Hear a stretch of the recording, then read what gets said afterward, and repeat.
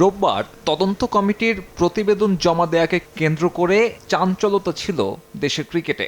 এই প্রতিবেদনে ভর করে এদিনই ভেঙে দেয়া হবে বর্তমান বোর্ড, এমন আশায় ছিলেন কেউ কেউ। তবে সোমবার পর্যন্ত এমন কোনো উদ্যোগ নেয়নি ক্রীড়া পরিষদ।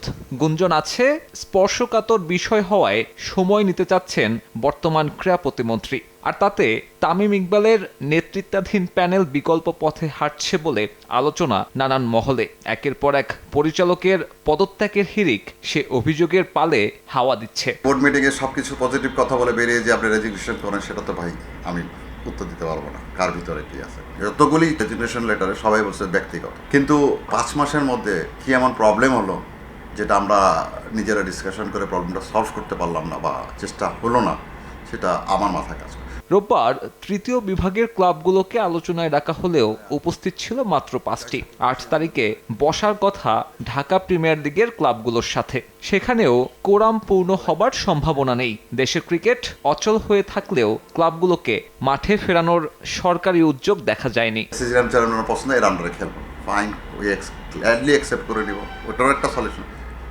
আপনি বোর্ড অবৈধ কি বৈধ এটা তো সময় বলে দেবে। সব রকম আন্দোলনই তো আপনারা করছেন না।